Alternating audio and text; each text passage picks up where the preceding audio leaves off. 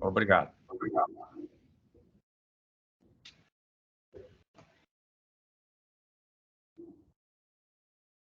Bom dia a todos. Vamos dar início à sessão da 5ª Câmara do Tribunal de Impostos e Taxas do dia 1º de novembro de 2023. O quórum é total. Nós temos hoje 5 processos a serem analisados.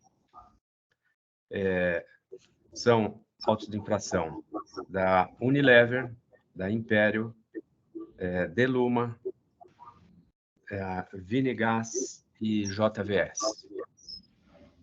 Considerando que o patrono da JVS está presente para sustentação oral, então, nós vamos começar por esse processo. Então, eu pediria à doutora Raquel, que é a relatora, que faça a leitura do relatório. Ok, presidente. Bom dia a todos novamente. Cumprimento o patrono, a representação fiscal. Vou aqui fazer a leitura do meu relatório. Trata-se de auto de infração lavrado sob 9 acusações fiscais.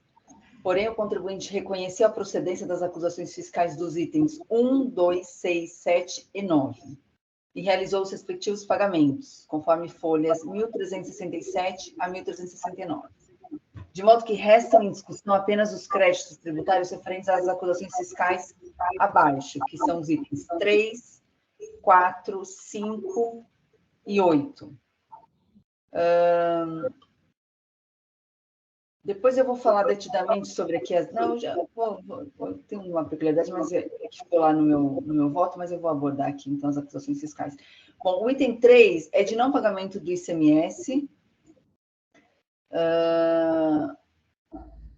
no prazo regulamentar, porque não teria ocorrido não ocorreu a transmissão da propriedade, ou melhor, desculpem, peraí, referente às mercadorias remetidas a título de demonstração em operações internas.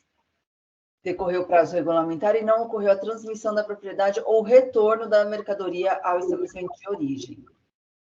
O item 4 diz respeito ao creditamento indevido de R$ 116.400. Houve uma emissão, em decorrência da emissão de escrituração nos registros fiscais dos documentos de entrada de mercadorias e aquisição de serviços da escrituração fiscal digital, EFD. O documento emitido foi cancelado e, posteriormente, uma nova nota fiscal correta foi emitida e houve depois uma emissão de uma outra nota fiscal para anular essa primeira nota que foi emitida com os dados incorretos no CFOP. E o item 5, houve um creditamento indevido de R$ 44.436. E o item 8 é o não cancelamento da nota fiscal que foi emitida errada com o CFOP equivocado. Então, o item 4 e o item 8, eles estão relacionados. Intimada a lavratura do auto de infração, o contribuinte apresentou defesa. A douta DTJ reconheceu a suficiência dos pagamentos para a quitação dos créditos referentes às acusações fiscais dos itens 1, 2, 6, 7 e 9 e julgou procedente o lançamento em relação aos itens 3, 4, 5 e 8. A decisão recorrida foi desafiada por recurso ordinário, por meio do qual o contribuinte requer a reforma parcial da decisão recorrida, sustentando em síntese que 1. Afirma que, em relação aos itens 3, 4 e 5 do auto, não haverá contestação quanto ao mérito da decisão recorrida. Discorre acerca da teoria da consunção, a fim de embasar seu entendimento de que este princípio seria aplicável em relação aos itens 4 e 8. Para explicar o nexo causal entre as infrações relatadas nos itens 4 e 8, explica que emitiu a nota fiscal 6784 contra a empresa Bruning Tecnometal Limitada e, por um lapso, a empresa, ao invés de cancelar o referido documento fiscal, acabou por emitir outra nota, a de número 6798, para anular o débito do ICMS. Explica que o item 4 seria referente ao crédito efetuado com base na nota fiscal 6798. E o item 8 seria referente à falta de cancelamento da nota fiscal 6784. Conclui que as duas acusações fiscais giram em torno do erro na emissão da nota 6784, sendo de rigor afirmar que a empresa foi duplamente penalizada pelo referido erro e que resta estabelecido o nexo causal entre as acusações fiscais, ou seja, ambas nascem do mesmo fato jurídico, devendo, pois, prevalecer apenas o item 4, em razão do mesmo absorver o ilícito descrito no item 8. Pede a procedência do auto, pede a improcedência do item 8, protesta pela realização da sustentação oral. Estes são os argumentos do recurso ordinário do contribuinte. A douta representação fiscal apresentou contra-razões, pugnando pelo não provimento do recurso. Presidente, estes são os fatos e o meu relatório.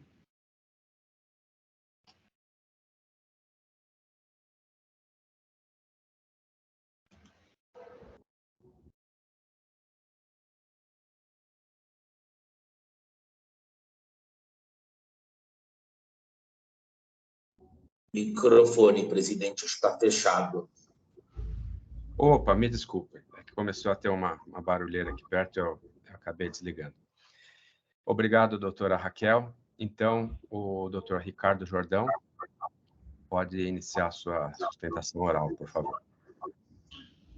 Obrigado, senhor presidente. Desde já um ótimo dia a todos, inclusive aos que acompanham esse julgamento, a todos os membros dessa Câmara, a senhora relatora Raquel, que fez um belo resumo, praticamente adiantou aqui a minha sustentação. E o ponto que nós nos debatemos aqui nesse recurso é tão e somente com relação à teoria da construção, absorção. É evidente que no próprio relato do auditor fiscal, se pegarmos as duas acusações, o item 4 e o item 8, teremos semelhança de 99% nos caracteres ali descritos. Ou seja, é basicamente um Ctrl+C, um Ctrl+V, o que apenas evidencia essa ligação entre as duas penalidades aqui aplicadas. A empresa ela não se nega a debater e reconhecer os seus erros, tanto que o fez o pagamento de boa parte desse auto de infração, recorre tão e apenas sobre essa possibilidade de se ter absolvido a pena do item 8 pelo item 4, uma vez que há correlação explícita entre eles. E essa teoria ela vem sendo vastamente aplicada, já foi superada pelo Tribunal de Impostos e Taxas, então não há que se valer de inutilização dela, que é uma teoria oriunda do direito penal. Aqui a gente evita basicamente o bis in idem na penalidade.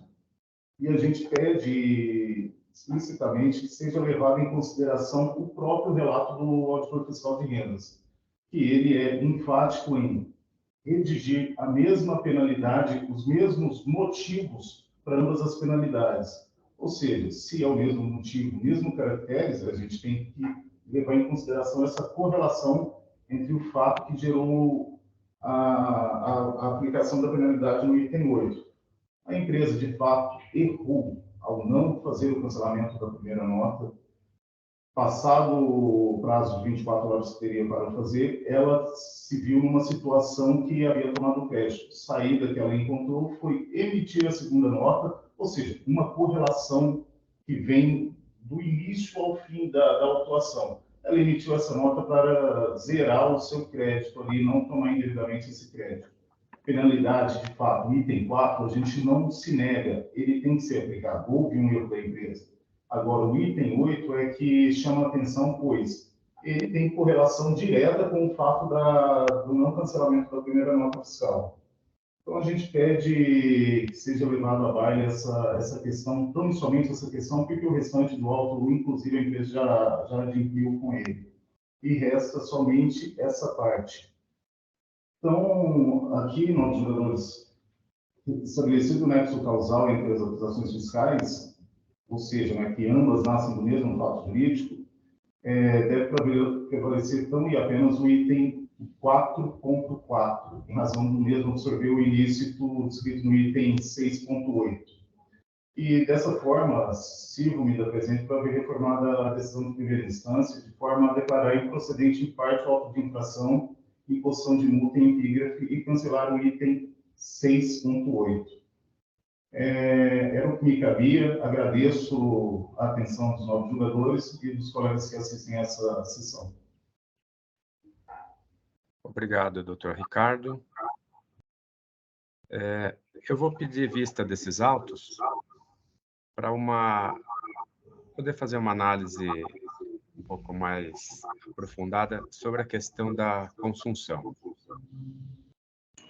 Presidente, bom dia a todos. Eu ia fazer uma manifestação também, né, porque eu tive acesso ao voto antes, mas então eu vou trazer quando o doutor retornar com seu voto de vista, porque a representação fiscal já tem uma posição bem sólida a respeito disso, então eu já tenho até pronta a nossa manifestação. Então, ao invés de pedir vista, eu vou trazer no próprio dia em que for repautado o processo. Tá bom, então. Obrigado, doutora. Presidente, eu só gostaria, então, de... Faria a leitura do meu voto numa próxima oportunidade, é isso? Será que eu pulei alguma etapa?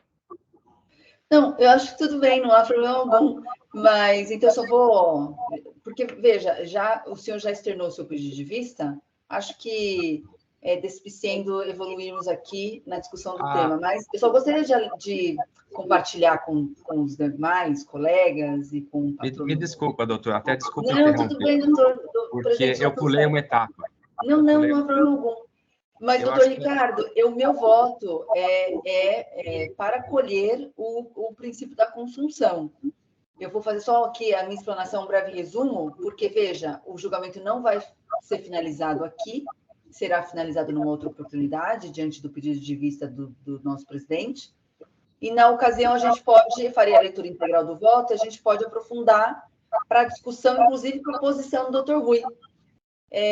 Mas só para que você saia do nosso julgamento com a informação de que o meu voto é para acolher o princípio da consunção, porque vislumbrei a vinculação, a relação que há entre as acusações fiscais dos itens 4 e 8. Eu estou de acordo com a posição que vocês apresentaram, que é de eu acho que a que senhora o item deveria 8... ler o seu voto. Oi?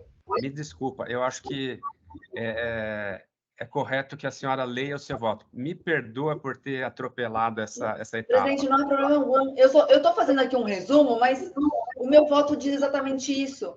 Eu vislumbrei essa vinculação, essa relação que há, quer dizer, o item 8 só existe por conta do erro da nota, da primeira nota. Então, para que todos fiquem cientes, né? Houve uma primeira nota e essa nota estava errada, ela teve uma informação equivocada. O código do CFOP estava equivocado e, por isso, o cliente do recorrente não aceitou.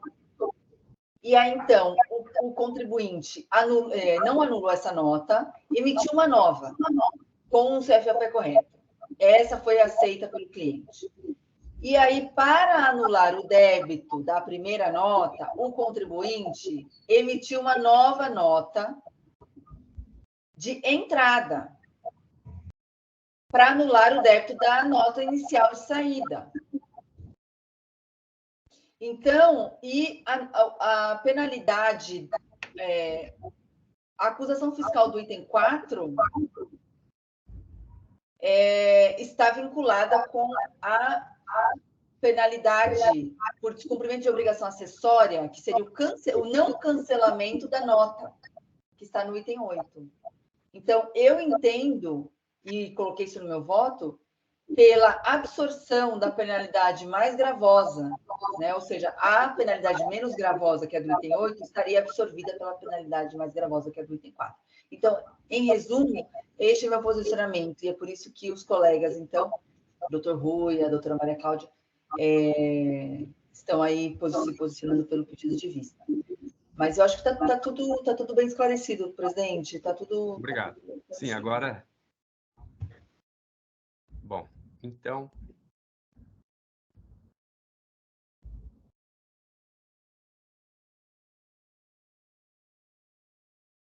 creio que deva encerrar debates com pedido de vistas. Vamos ver, esse sistema é meio... Para o pedido de vistas, a doutora Raquel primeiro precisa registrar o voto, aí depois então, o doutor pede a vista. Doutora Raquel.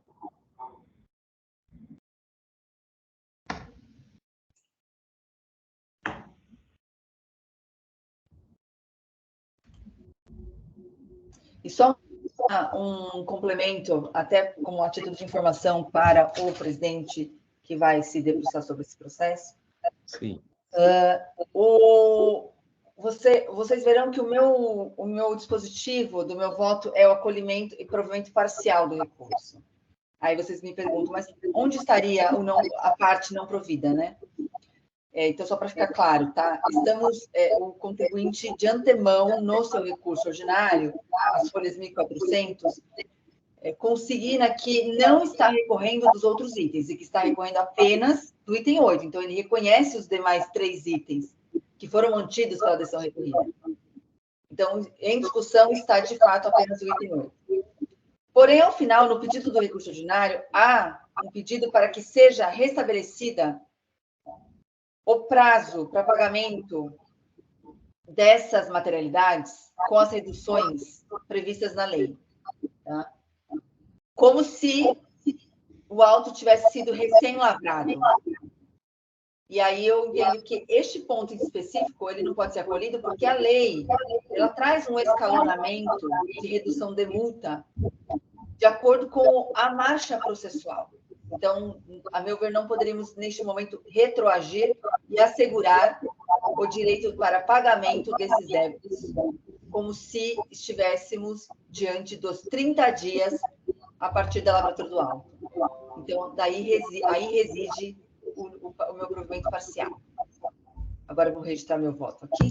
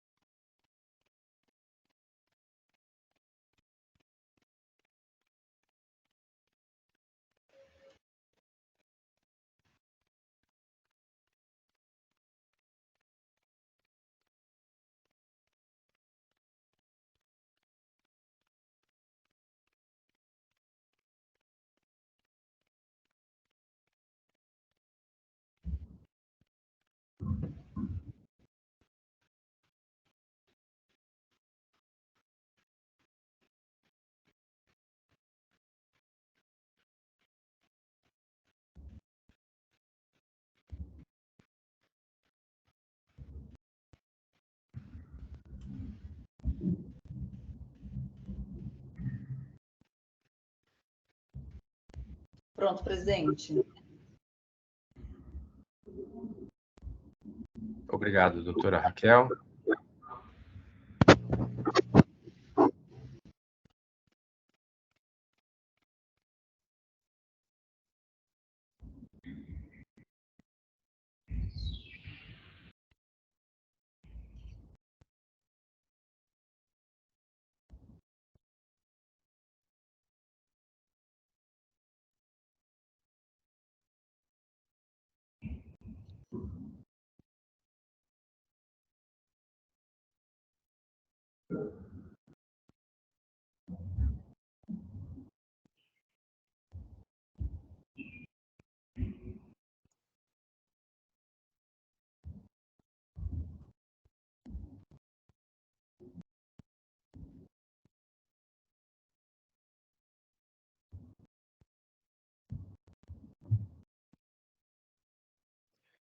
Encerrado, então, o julgamento do AIM lavrado contra JVS Equipamentos para Automação Industrial Limitada.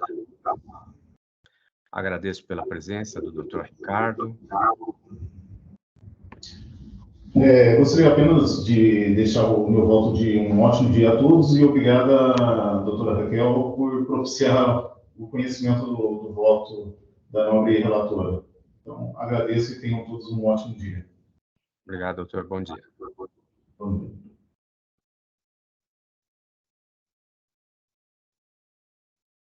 Então, agora passamos ao processo da Unilever Brasil Limitada, AIM 4149645, de minha relatoria e que teve voto de vista do Dr. Rodrigo Helfstein.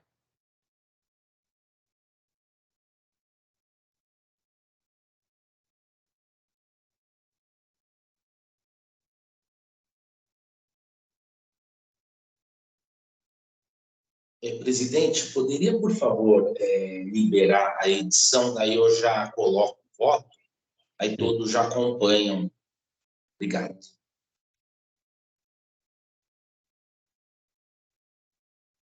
Liberada. Presidente, aproveitando, o senhor poderia liberar o caso Vinigás, que eu já vou também fazendo os ajustes? Sim. Obrigada.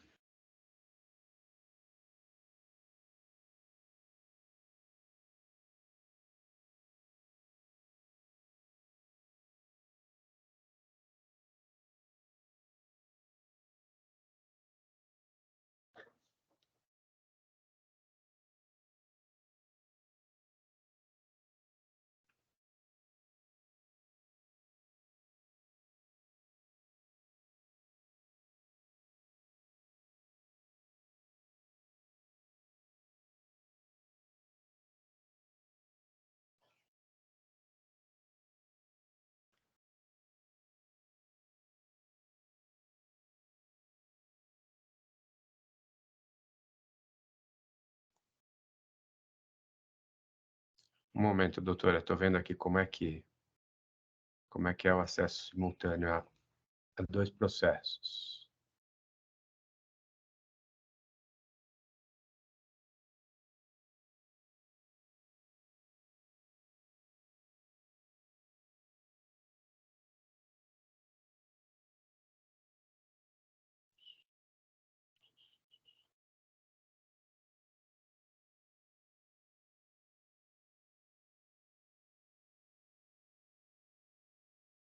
Liberado, doutora Raquel.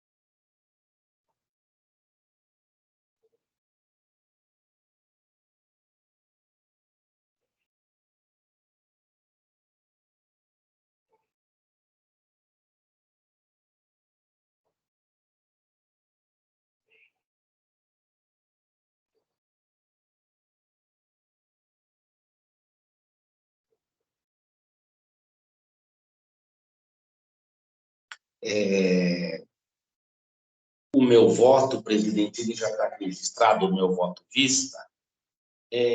Na realidade, eu só pedi vista para analisar um dos itens da acusação, né, que é o item 1.3, que se refere aí a um suposto creditamento indevido realizado pela recorrente, né? Se me permitir, presidente, eu vou passar a leitura já do voto. Sim, por favor. Obrigado. Pedir vista dos autos para maior aprofundamento quanto ao item 1.3 do AIN. Em primeiro lugar, adoto bem elaborado e detalhado relatório da lavra do ilustre juiz relator Rui Carlos Giraldi, a quem rendo aqui minhas homenagens.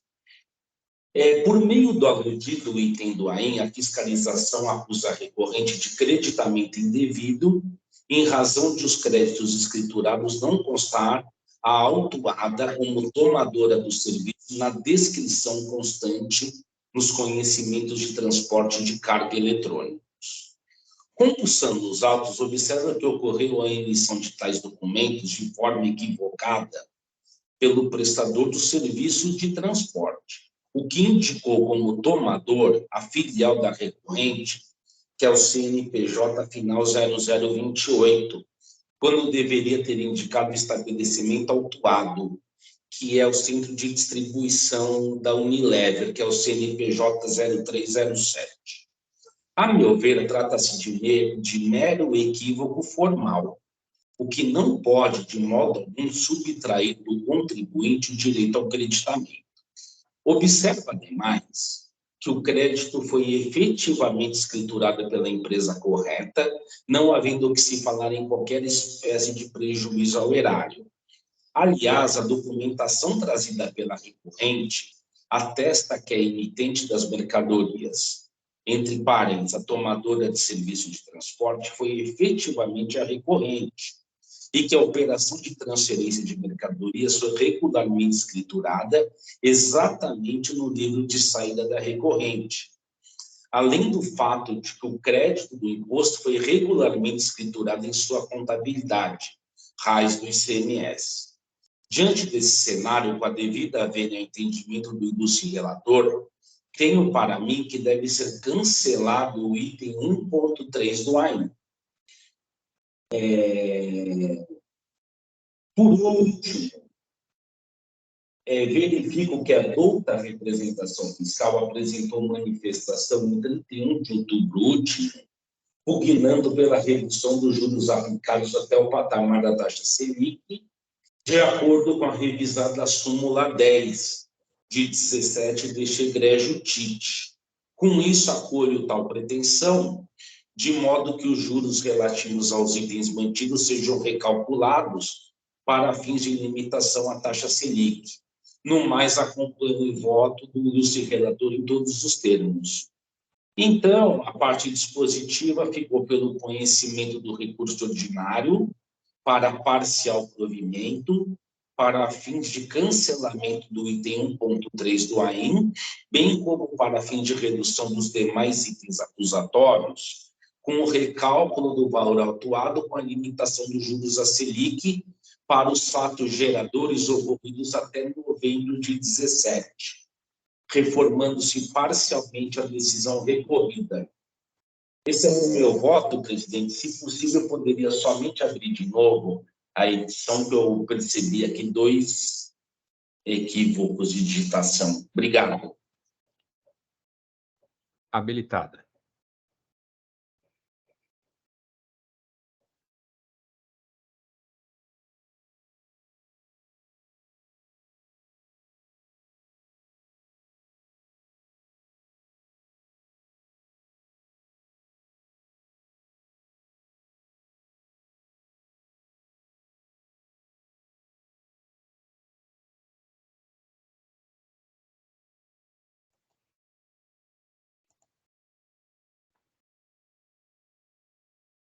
Pronto, presidente. Obrigado.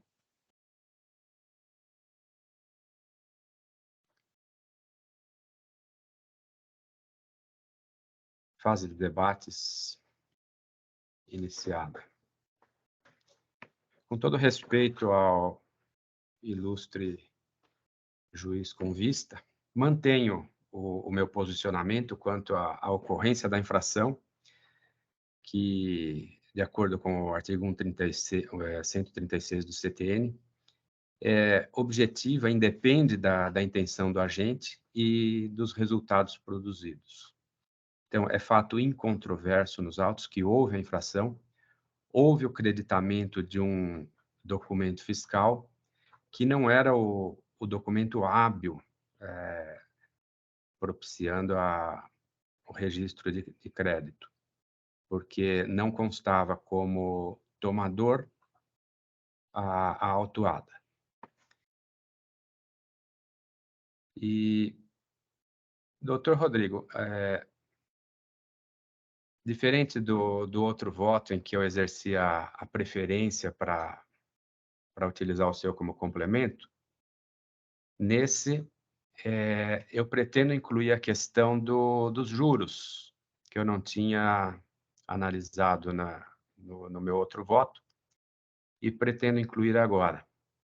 Então, eu não me recordo se a opção é confirmar voto do relator e daí, então, fazer a preferência, ou modificar o voto do relator para poder fazer essa preferência.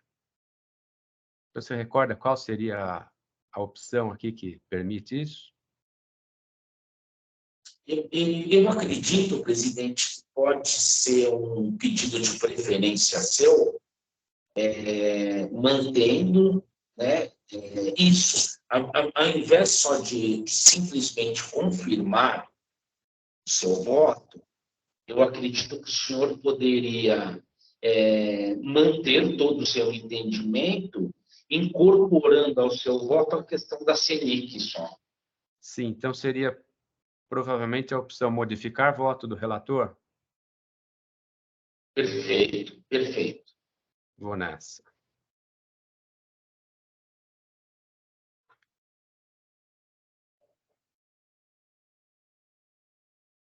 Sim, aí ele me dá a opção de redigir preferência. Ok. Então, eu peço que aguardem um minuto enquanto eu redijo a preferência.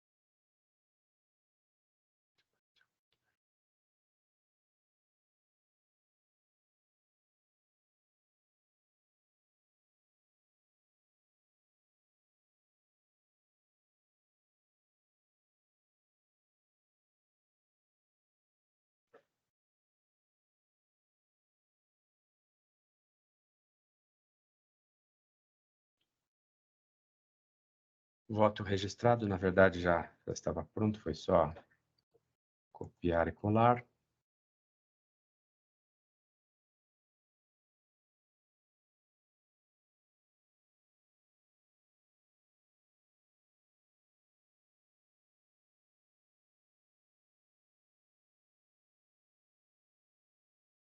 Não havendo mais qualquer manifestação, então, encerro os debates.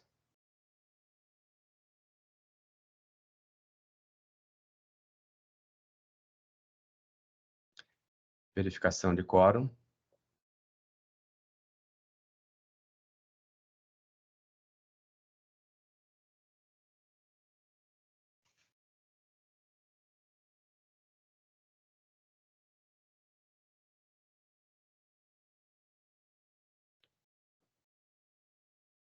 Votação iniciada. Ah, um momento, me desculpem. Não fiz a leitura do meu voto.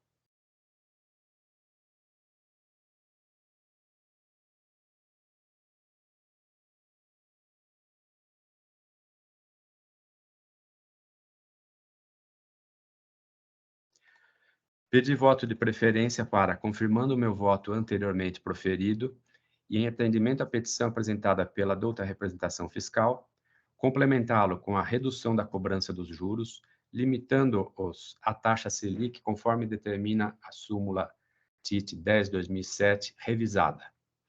Ante o exposto, conheço parcialmente do recurso ordinário para, no mérito, dar-lhe parcial provimento, no sentido de reconhecer a extinção do crédito tributário relativamente aos itens 1.1 e 1.2 do AIM, manter integralmente o crédito tributário relativamente ao item 1.3 e limitar a cobrança dos juros à taxa Selic. Esse é meu voto. Agora, após o voto, alguma questão a ser apresentada? Ok. Encerrados os debates, então, iniciamos a votação.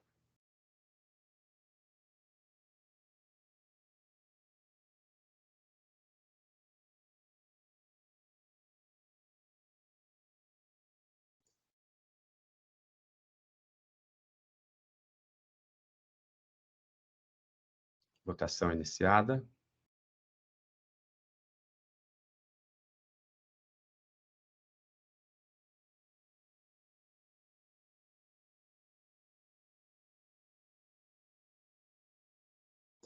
Votação encerrada.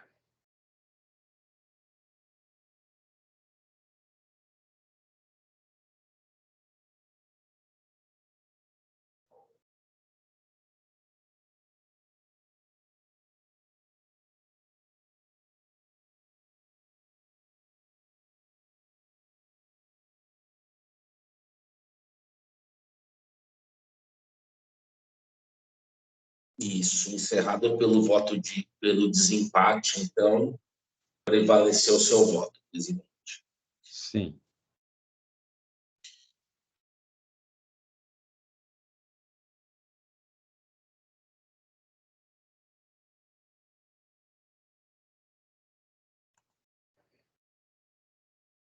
Então, ficou assim, tá, doutora Lara? Pelo fato de desempate, prevaleceu o voto do doutor Rui Giraldi. Aí a senhora acompanha agora a publicação, né, nos próximos dias, tá? Para dar continuidade aí à discussão. Tá bem, muito obrigada, excelências. Obrigado, doutor bom dia. Rodrigo, por suprir a minha omissão. Bom dia, doutora Lara. Obrigado. Sim, doutor. Obrigado, senhor. Bom dia. Bom dia. Então, recurso ordinário, parcialmente provido, conhecido parcialmente, parcialmente provido. Voto condutor. Gravar.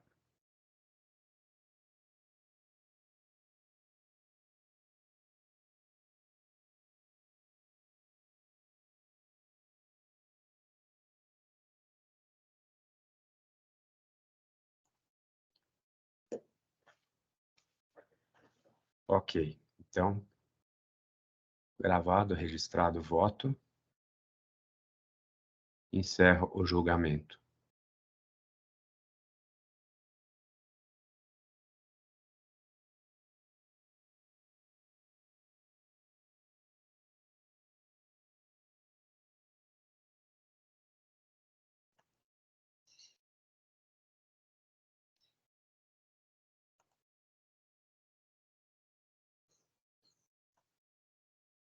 Passamos, então, ao próximo processo da pauta, Império Comércio de Areia e Pedra Eireli, AIN 4151244, de minha relatoria.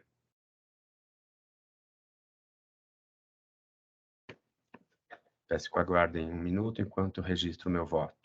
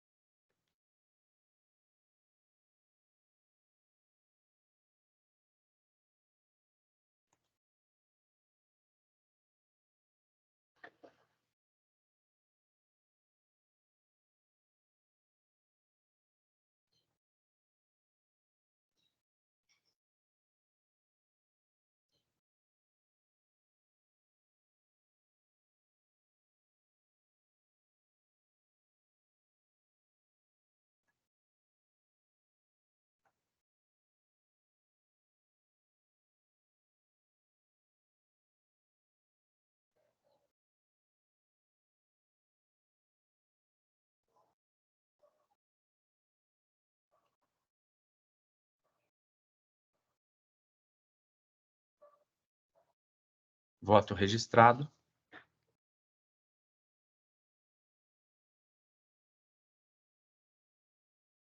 Passo, então, a leitura do voto, do relatório.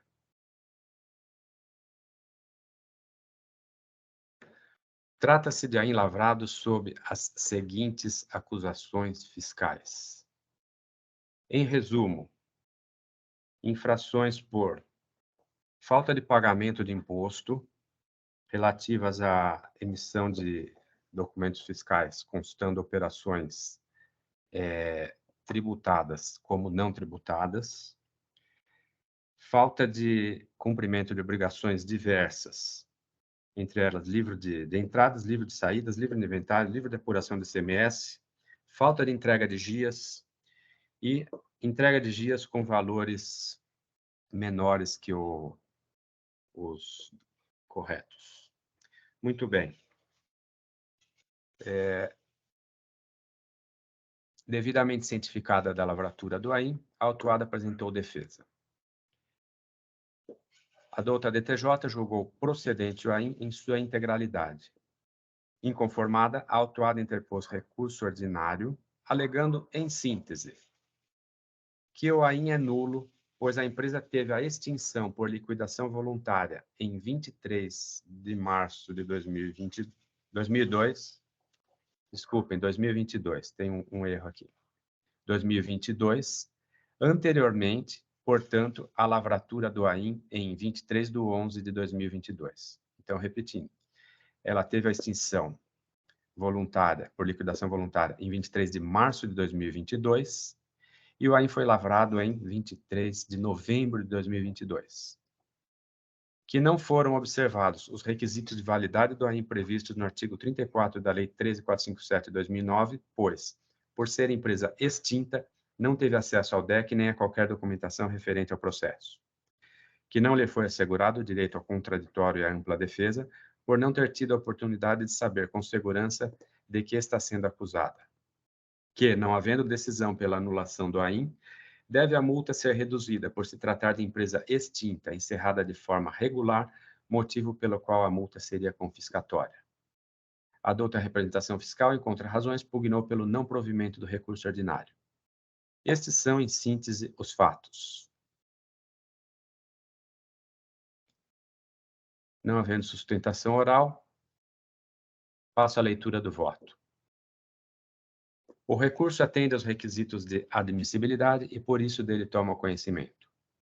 Preliminarmente, deve ser analisado o pedido da recorrente no sentido de ser reformada a decisão recorrida e declarada a nulidade do AIM em virtude de erro na indicação do polo passivo no lançamento de ofício, bem como pela ausência dos requisitos de validade. Consta na decisão recorrida que a argumentação principal do autuado consiste em alegar que, por ter encerrado a empresa sem débitos fiscais em 23 de março de 2022, antes da fiscalização, todos os direitos e deveres estariam extintos desde então. A decisão utiliza, como principal fundamento para refutar a alegação da recorrente, dispositivo contido na Lei 11.598/2007, que transcrevo e analiso a seguir. Artigo 7º-A. O registro dos atos constitutivos, de suas alterações e extinções, baixas, referentes a empresários e pessoas jurídicas em qualquer órgão dos 3 âmbitos de governo, ocorrerá independentemente da regularidade de obrigações tributárias, previdenciárias ou trabalhistas, principais ou acessórias, do empresário, da sociedade, dos sócios, dos administradores ou de empresas de que participem, sem prejuízo das responsabilidades do empresário, dos titulares, dos sócios ou dos administradores por tais obrigações, apuradas antes ou após o ato de extinção. Parágrafo 1º. A baixa referida no caput deste artigo não impede que, posteriormente, sejam lançados ou cobrados impostos, contribuições e respectivas penalidades decorrentes da simples falta de recolhimento ou da prática comprovada e apurada em processo administrativo ou judicial de outras irregularidades praticadas pelos empresários ou por seus titulares, sócios ou administradores. Parágrafo 2º. A solicitação de baixa na hipótese prevista no caput deste artigo importa responsabilidade solidária dos titulares, dos sócios e dos administradores do período de ocorrência dos respectivos fatos geradores. Da leitura do dispositivo, percebe-se que houve uma redução das exigências para registro de atos de empresários e pessoas jurídicas, inclusive as extinções. A existência de obrigações tributárias, previdenciárias ou trabalhistas não impede o registro de tais atos. Contudo, a responsabilidade por tais obrigações, inclusive as que venham a ser apuradas posteriormente, fica atribuída solidariamente aos empresários, titulares, sócios ou administradores. Não se fala mais em responsabilidade da sociedade, pois, uma vez extinta, deixa de existir a personalidade jurídica. Quanto à responsabilidade tributária, importante observar também o que dispõe o Código Tributário Nacional em seus artigos 134 e 135. Temos aqui nos artigos 135 o que diz: são pessoalmente responsáveis pelos créditos correspondentes a obrigações tributárias resultantes de atos praticados com excesso de poderes ou infração de lei, contrato social ou estatutos. Inciso 1º, as pessoas referidas no artigo anterior. E, voltando ao 134, no inciso 7, os sócios no caso de liquidação de sociedade de pessoas. Então, é exatamente o que se aplica ao presente caso. Fica claro, portanto, a responsabilidade pessoal do sócio, pois trata-se de acusações de infração à legislação tributária por atos praticados anteriormente à extinção da pessoa jurídica. Sendo nulo o procedimento por indicar como sujeito passivo pessoa jurídica já extinta e, portanto, inexistente, o cancelamento do AIM é medida que se impõe. Caso vencido o meu voto, procederei à análise das demais questões suscitadas nestes autos. Dispositivo. Conheço do recurso ordinário interposto para, no mérito, dar-lhe provimento, no sentido de decretar o cancelamento integral do AIM lavrado. Este é meu voto. Então, está aberto a debates.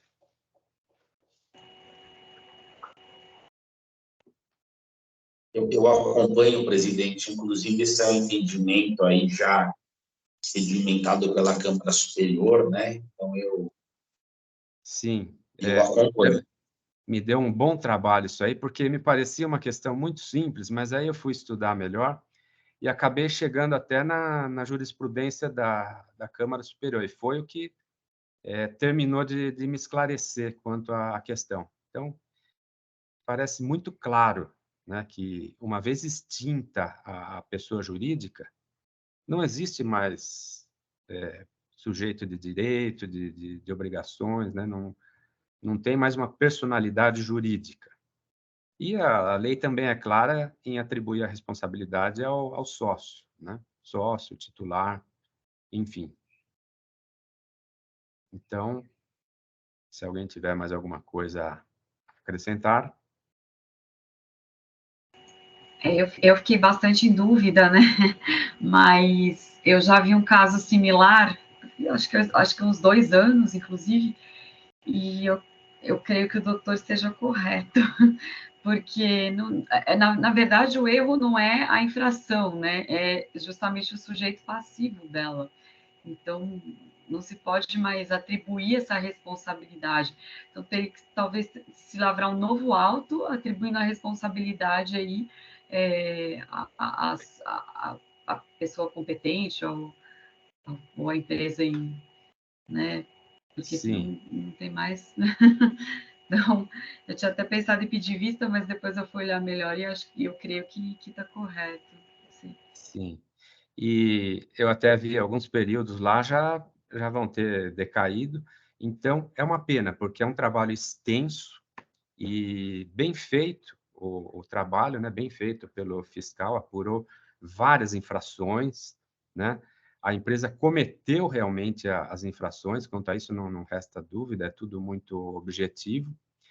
E por um simples detalhe, acaba se perdendo todo um trabalho aí, né? Mas, infelizmente, não dá para manter um autor com um vício como esse, né?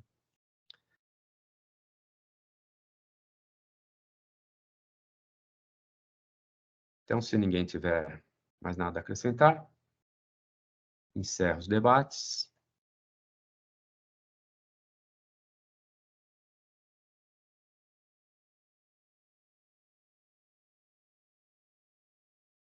Verificação de quórum para votação.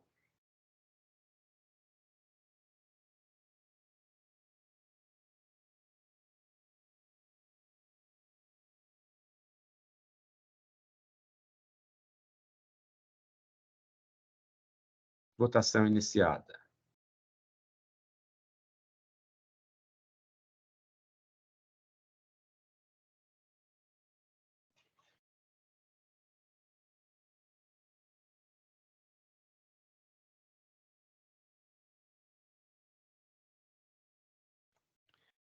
Então, por unanimidade, Foi acompanhado o voto de relatoria.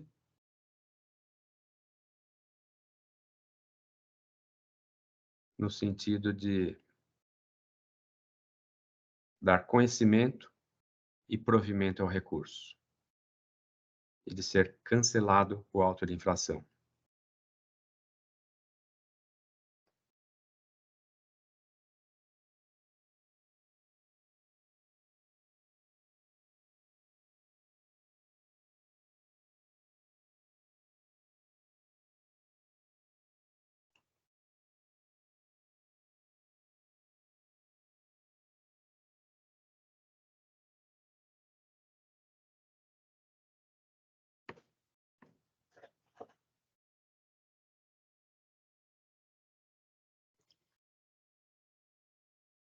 Encerrando o julgamento.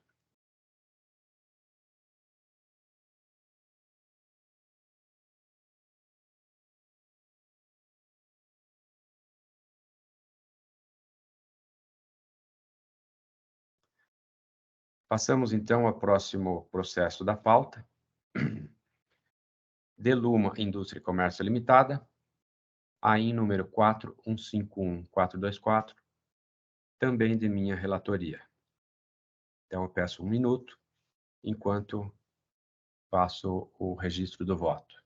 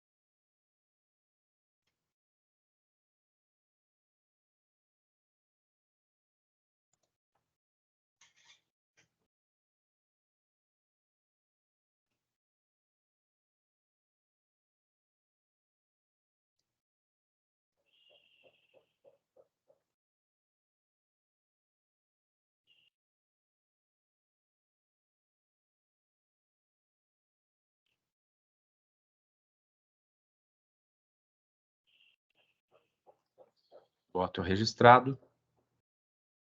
Passo a leitura do relatório e do voto.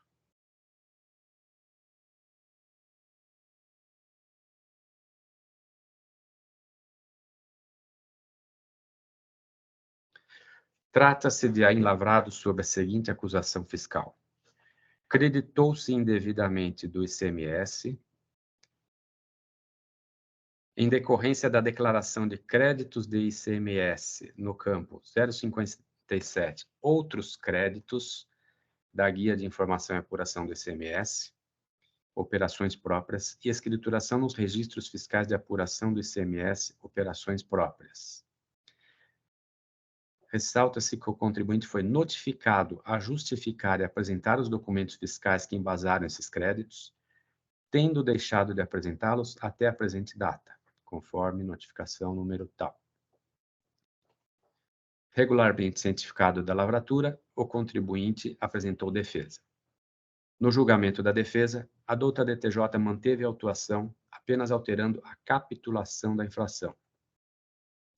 Inconformado com a decisão, o contribuinte interpôs recurso ordinário, alegando, em síntese, que a sistemática de cálculo do ICMS prevista na Lei Complementar 87/96, em que o montante do imposto integra a própria base de cálculo, está em desacordo com a regra matriz constitucional, que os valores lançados em suas guias e considerados como créditos indevidos pelo autor do AIM têm origem na anulação dos efeitos tributários relativos à incidência do ICMS sobre as contribuições sociais destinadas ao PIS e à COFINS, que é a incorreta utilização da data de aproveitamento do crédito como data base para a atualização da multa, pois o correto seria a atualização a partir da data da aplicação da multa, que, com base na equidade e no princípio da boa-fé, deve ser excluída a responsabilidade pela infração, que, tendo em vista a não ocorrência de dolo, fraude ou simulação, deve ser aplicada a relevação ou redução da multa prevista no artigo 527-A do RICMES 00. Que a atualização do valor básico da multa está em desacordo com o que prevê a legislação, especialmente em relação aos artigos 527 e 565, parágrafo 4º do Regulamento do ICMS do Estado de São Paulo. A representação fiscal, em contra-razões de recurso ordinário, pugnou pelo seu não provimento. Estes são, em síntese, os fatos. Passo à leitura do voto. O recurso ordinário atende aos requisitos de admissibilidade e, por isso, dele tomo parcial conhecimento. Deixo de conhecer do recurso no tocante ao argumento de inconstitucionalidade, pois a recorrente, por não concordar com a sistemática de cálculo do ICMS em que o montante do imposto integra a própria base de cálculo, alega que a regra prevista na Lei Complementar 87/96 está em desacordo com a regra matriz constitucional. Nos termos do artigo 28 da Lei 13.457 de 2009, é vedado a este órgão julgador afastar a aplicação de lei sob a alegação de inconstitucionalidade. Quanto à questão principal tratada nestes autos, é fato incontroverso que a recorrente lançou a crédito em suas guias valores em relação aos quais, mesmo tendo sido notificada, não comprovou a legitimidade. Posteriormente, após ser cientificada da lavratura do AIM, apresentou defesa, alegando que os valores lançados têm origem na anulação dos efeitos tributários relativos à incidência de ICMS sobre as contribuições sociais destinadas ao PIS e à COFINS. Não há, na legislação do ICMS, qualquer hipótese autorizadora de tais lançamentos. Irrelevantes por não terem qualquer correspondência com o presente caso, as jurisprudências e doutrinas citadas. Quanto ao termo inicial para atualização do valor da multa, equivoca-se a recorrente ao afirmar que seria a data de lavratura do AIM. Conforme dispõe o parágrafo 9º do artigo 85 da Lei 63.7489, as multas devem ser calculadas sobre os respectivos valores básicos atualizados. Ademais, trata-se de tema pacificado neste egrégio tribunal com a edição da súmula 13/2018, súmula TIT 13/2018, de observância obrigatória nos termos do artigo 52 da Lei 13.457 de 2009. Invocando o princípio da boa-fé, a recorrente pugna pela exclusão da responsabilidade em relação à infração. Inaplicável ao caso a alegação de boa-fé, pois, além da inexistência de qualquer precedente jurídico correspondente, não é uma situação em que a recorrente tenha sido induzida a erro por motivos alheios à sua vontade. Foi, pelo contrário, uma atitude deliberada, valendo-se de um expediente ilícito para compensar-se de efeitos que afirma serem danosos, ilegais e inconstitucionais, conforme excerto abaixo, extraído de suas razões de recurso ordinário.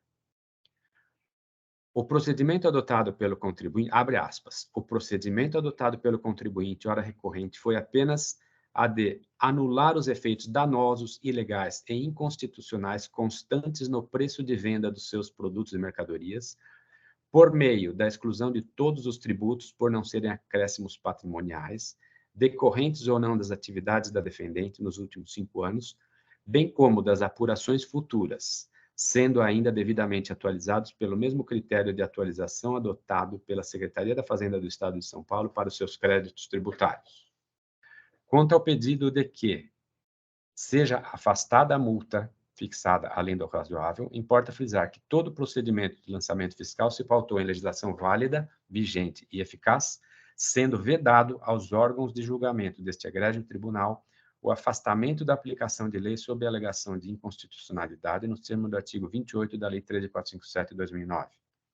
Quanto à pretendida relevação ou redução da multa com base no artigo 527-A do Regulamento do ICMS de 2000, também é inaplicável ao presente caso.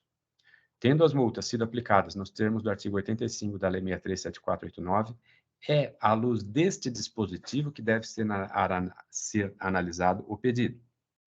O lançamento dos créditos ilegítimos resultou na redução de imposto a pagar, o que constitui impedimento para a concessão do benefício de redução ou relevação da multa, nos termos do artigo 92 da Lei 63.7489, a saber. Ante o exposto, conheço parcialmente do recurso ordinário para, no mérito, negar-lhe provimento. Este é meu voto.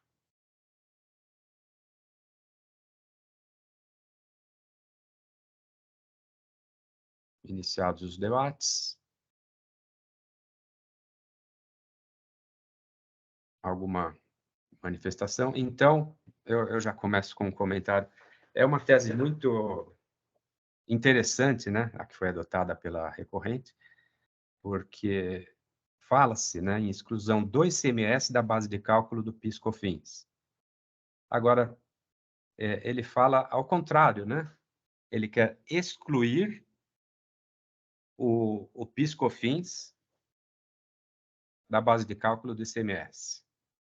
É aquele negócio de por dentro, por fora, e também o por não. Então, também, são os dois, ainda, né? Ele quer tirar também o ICMS. Também o ICMS por dentro e por fora, sendo que ele está sendo acusado de créditos indevidos. Ninguém calculou ICMS nenhum, não houve cálculo por dentro nem por fora, houve créditos indevidos. E ele vem com... Bom, enfim, tem que ser considerado objetivamente, né? Mas teses aí que não têm qualquer relação com a matéria aí da autuação, né? Mas, enfim, totalmente improcedente.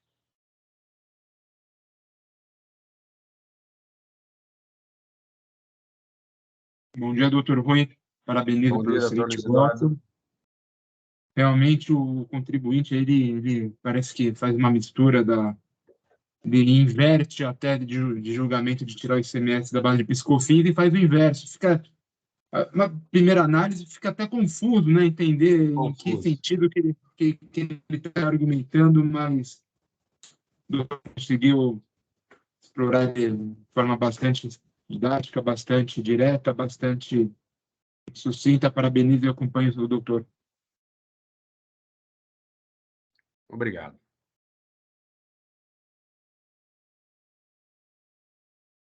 Muito bem. Então, se não houver qualquer outra manifestação, passo ao encerramento dos debates.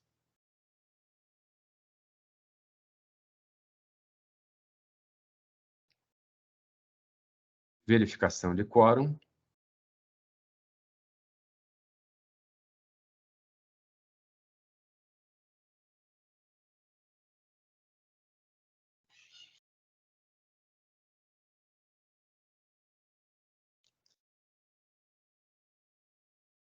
Iniciada a votação.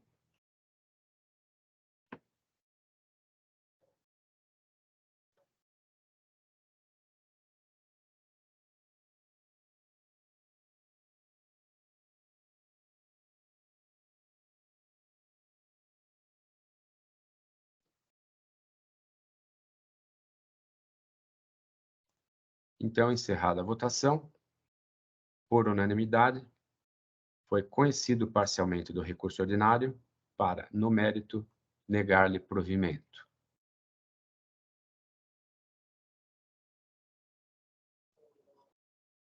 Encerrando a votação. E encerrado o julgamento.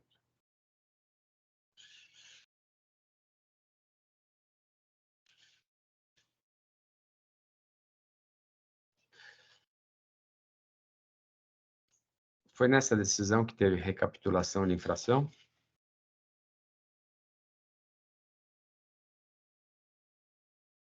Vamos ver. Acho que sim, peraí, deixa eu dar uma olhada aqui que eu anotei.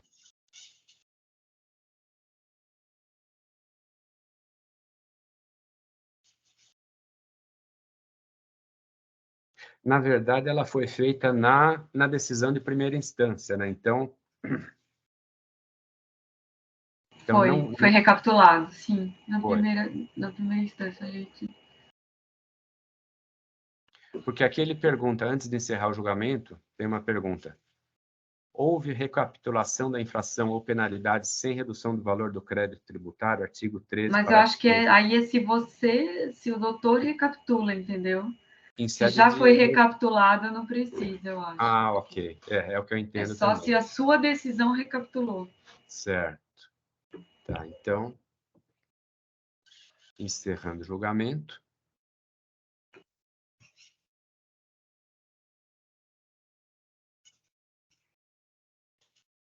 Voltar.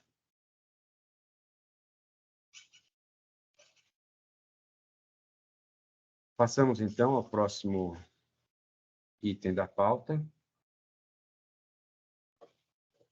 Vinigás, Indústria e Comércio de Componentes para Gás Limitada, auto de infração 5010808, da relatoria da doutora Raquel Harumi Iwaz.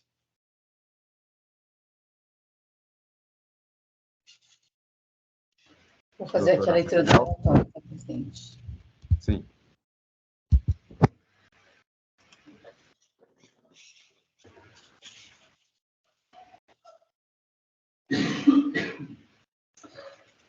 Trata-se de auto de infração lavrado sob as seguintes acusações fiscais. 1.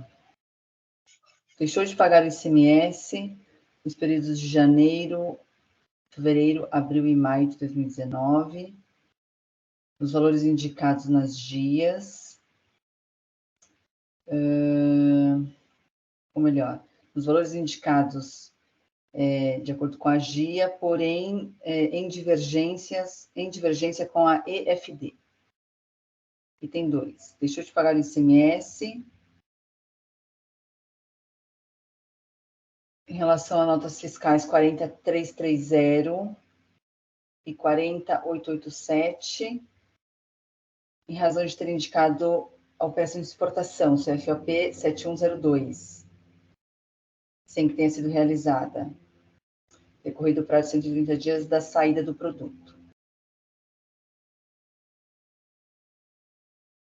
Item 3. Deixou de pagar o ICMS em janeiro de 18 a dezembro de 19, por emissão e escrituração no livro registro de saídas, em relação a operações tributadas com erro na aplicação de alíquota. Deixou de pagar o ICMS no exercício de 2018, em virtude de diferenças apuradas entre a remessa e o retorno de mercadorias nas operações de industrialização efetuada por outro estabelecimento, apuradas por meio de levantamento fiscal com fundamento no artigo 509 do regulamento.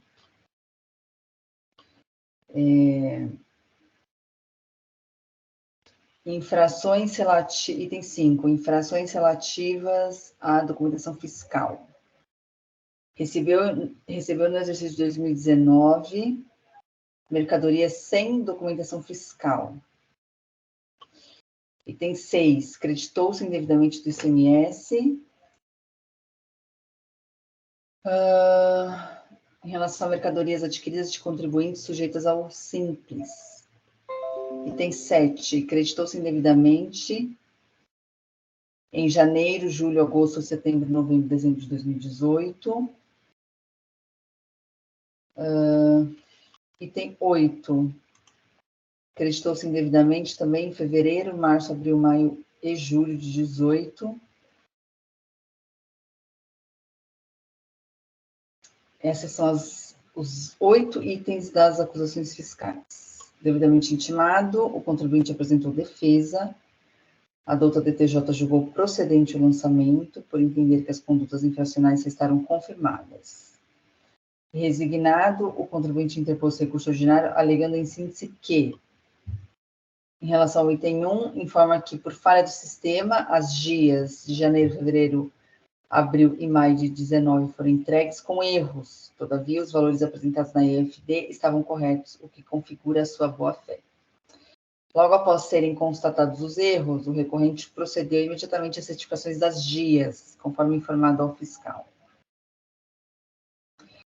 A EFD estava correta, logo, o fisco possuía todos os elementos indicativos do valor do imposto a recolher, sendo que o erro no preenchimento das GIAs constitui mero erro formal. O erro no preenchimento das GIAs constitui mera irregularidade administrativa, que não é capaz de gerar o inadimplemento da recorrente, até porque a empresa procedeu com as devidas certificações das GIAs.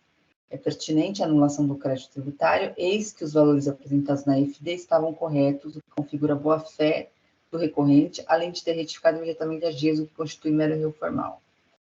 Em janeiro, fevereiro, abril e maio de 2019, o recorrente possuía saldo credor do ICMS, logo inexiste obrigação principal a ser adimplida.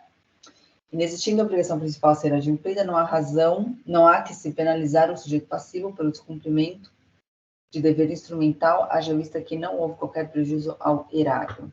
Deve ser anulado o crédito tributário em relação aos itens 4 e 5 do auto, pois em 2019 houve a regularização das remessas das mercadorias efetuadas durante o exercício de 2018, com embasamento no artigo 409 do regulamento. Deve ser considerada a boa-fé do recorrente, pois sempre atendeu às solicitações do fiscal com a apresentação de documentos e não há que se falar em falta de pagamento do imposto, pois a empresa possuía crédito superior ao suposto débito do ICMS devido. Deve ser reformada a decisão recorrida para que seja integralmente cancelado o auto, pois não houve dano ao erário, uma vez que o imposto foi regularmente pago diante da compensação de crédito de ICMS. Pede a declaração de nulidade do lançamento de demais itens diante da ausência de dolo, fraude, simulação ou prejuízo ao erário, dado que o imposto foi regularmente pago diante da compensação de crédito ICMS. Diz que a multa aplicada tem caráter nitidamente punitivo e confiscatório e não pode ser aplicada arbitrariamente, por isso deve ser cancelada em consonância com o disposto no artigo 154 da Constituição e na farta jurisprudência do STF, ou, subsidiariamente, deve ser reduzida em atenção aos princípios da razoabilidade e da proporcionalidade. Essas são as razões de recurso do contribuinte. A representação fiscal apresentou contra-razões ao recurso, pugnando pelo seu não provimento. Estes são, em síntese, os fatos e o meu relatório. Presidente, posso seguir direto para a leitura do voto? O recurso ordinário atende aos requisitos de admissibilidade e, por isso, dele toma parcial conhecimento. Deixo de conhecer do recurso no tocante aos argumentos de inconstitucionalidade quanto à violação do artigo 154 da Constituição, efeito confiscatório das penalidades, e aos princípios da razoabilidade e da proporcionalidade, tendo em vista a vedação contida no artigo 28 da Lei 13457 de 2009. Antes de seguir para a análise do mérito, propriamente dito, é importante registrar que o recorrente não enfrentou a fundamentação da decisão recorrida no tocante à manutenção das acusações fiscais dos créditos tributários constantes dos itens 2, 3, 6, 7 e 8. O recorrente argumenta apenas de forma genérica que teria agido com boa-fé e rechaça a existência de dolo, fraude ou simulação. Tem-se, assim, configurada a afronta ao princípio da dialeticidade recursal, na medida em que o recorrente deixou de enfrentar por completo a fundamentação da decisão recorrida, notadamente de refutar as acusações fiscais que pesam contra si, no tocante aos itens 2, 3, 6, 7 e 8. Nos termos do artigo 20, inciso 4 da Lei 13457, abaixo transcrito, reputo configuradas as infrações dos itens 2, 3, 6, 7 e 8, pelo que ficam mantidas incólumes. Agregue-se a isso a disposição do artigo 136 do CTN, que impõe a responsabilidade objetiva do infrator, independentemente das suas intenções. Em relação ao item 1, o recorrente é acusado de ter deixado de pagar o ICMS, decorrente de entrega das GIAs com indicação do valor do imposto a recolher em importâncias inferiores às escrituradas na EFD. Entretanto, os argumentos não merecem acolhimento, pois a entrega das GIAs com os valores corretos é a obrigação acessória prevista no artigo 253 do regulamento e é fundamental para o cumprimento da obrigação principal, pois é por meio da GIA que se declara os valores do imposto a serem recolhidos. Em sendo o ICMS imposto sujeito a lançamento por homologação, por meio do qual o sujeito passivo realiza a atividade do lançamento, declara e recolhe o tributo sem prévio exame da autoridade administrativa, é somente a partir deste ato que cabe ao fisco auditar os valores declarados, homologando-os expressa ou tacitamente. No presente caso, a retificação das GIAs ocorreu após o início da ação fiscal. Conforme a OSF, juntada às folhas 9, o recorrente foi notificado do início da ação fiscal em 29 de fevereiro de 2021 e em 23 de fevereiro de 2022 pelo DEC, para explicar a diferença entre os valores indicados nas GIAs e na EFD nas referências de janeiro a dezembro de 2019. Entretanto, somente em 28 de fevereiro de 2022, o recorrente procedeu à retificação das GIAs e tal retificação não tem o condão de assegurar os efeitos da denúncia espontânea. Também é indiferente para o deslinde do feito o argumento de que possuiria saldo credor suficiente para absorver o débito fiscal decorrente das acusações em tela, pois o lançamento se presta a anular os efeitos dos valores que deixaram de ser recolhidos. Vez que o lançamento do imposto nos documentos e livros fiscais é atividade exclusiva de responsabilidade do contribuinte, conforme estabelece o artigo 58 do regulamento. Em relação aos itens 4 e 5, o recorrente é acusado de ter deixado de pagar o ICMS e de ter recebido mercadorias sem documentação fiscal, em virtude das diferenças apuradas entre a remessa e o retorno de mercadorias nas operações de industrialização efetuada por outro estabelecimento, apuradas por meio de levantamento fiscal realizado com fundamento no artigo 15.9 do regulamento. Em sua defesa, o recorrente alega que, em 2019, houve a regularização das remessas das mercadorias efetuadas durante 2018, com embasamento na suspensão prevista no artigo 409 do regulamento.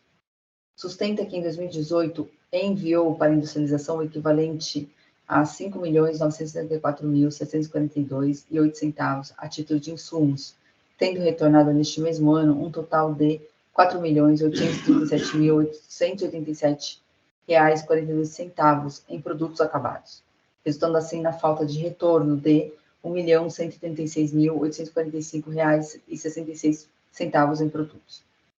Aduz que em 2019 enviou para a industrialização o equivalente a R$ 3.261.826,69 a título de insumos, e que retornou no mesmo período um total de R$ 6.264.681,08 em produtos acabados, resultando em R$ 3.002.855,14 a mais de retorno de produtos.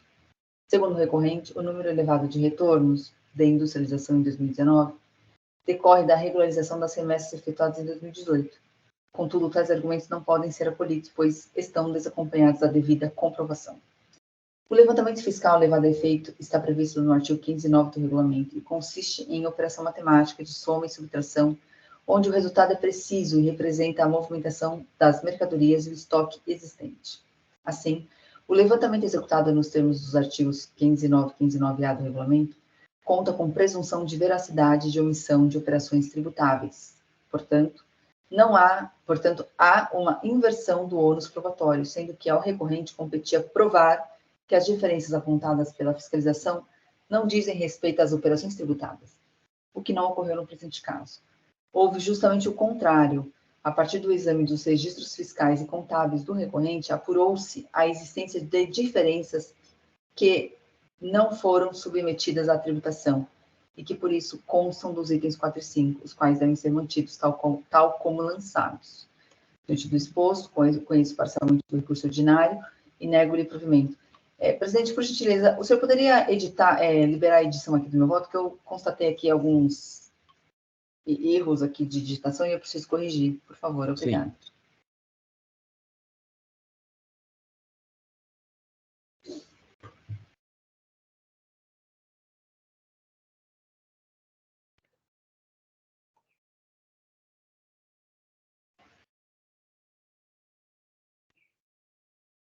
Edição habilitada.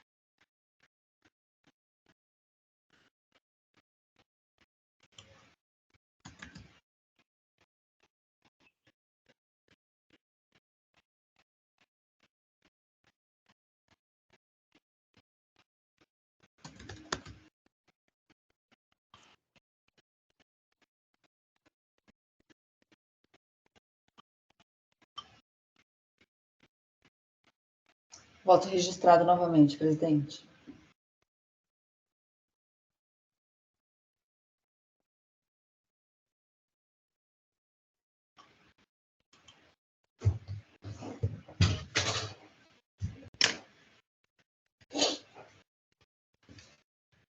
Muito bem.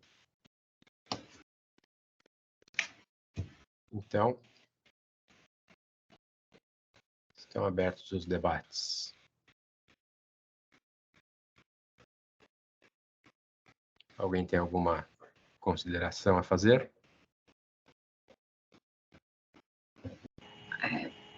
Eu percebi que os argumentos que ele mais sustenta é de boa-fé, que não, né, não se aplica, e saldo credor.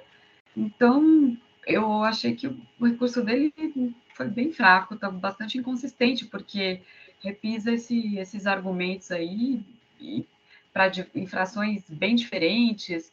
Ele fala que algumas infrações não geraram prejuízo ao erário e, na verdade, é de falta de pagamento. Então, não tem o que salvar. Não. Sim, é bem objetivo e não deixa margem a qualquer dúvida, né?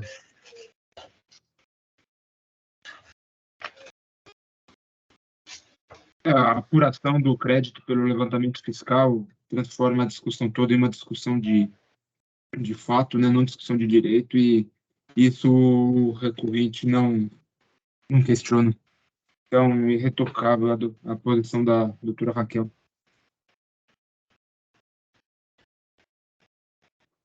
Muito bem. Também acompanho o voto da doutora Raquel, a quem parabenizo.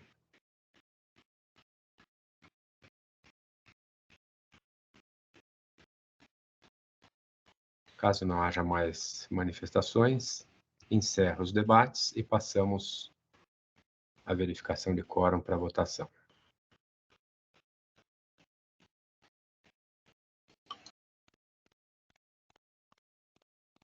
Verificando o quórum.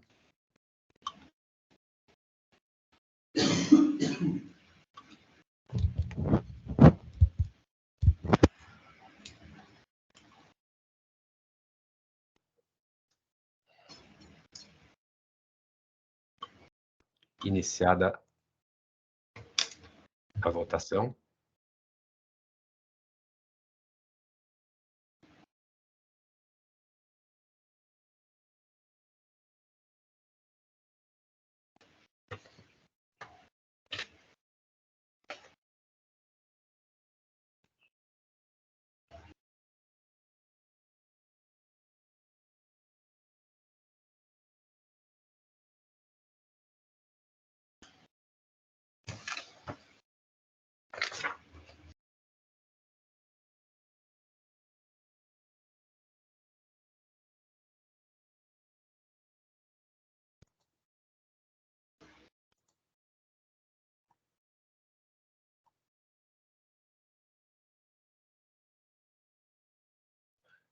Muito bem.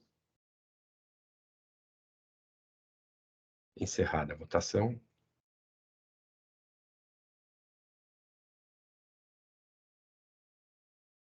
Então, por unanimidade, houve conhecimento parcial do recurso ordinário e, no mérito, foi negado provimento.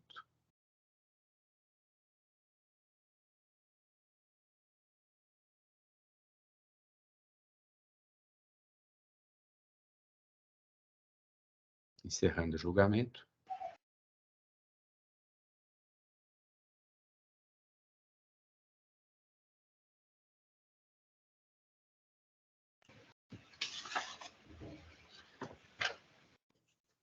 Com isso, demos cumprimento a toda a pauta de hoje.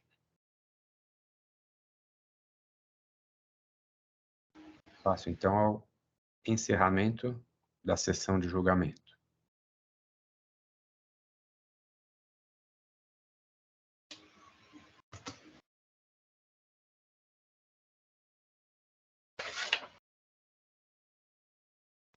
Sessão de julgamento encerrada. Solicito ao Oswaldo que interrompa a gravação.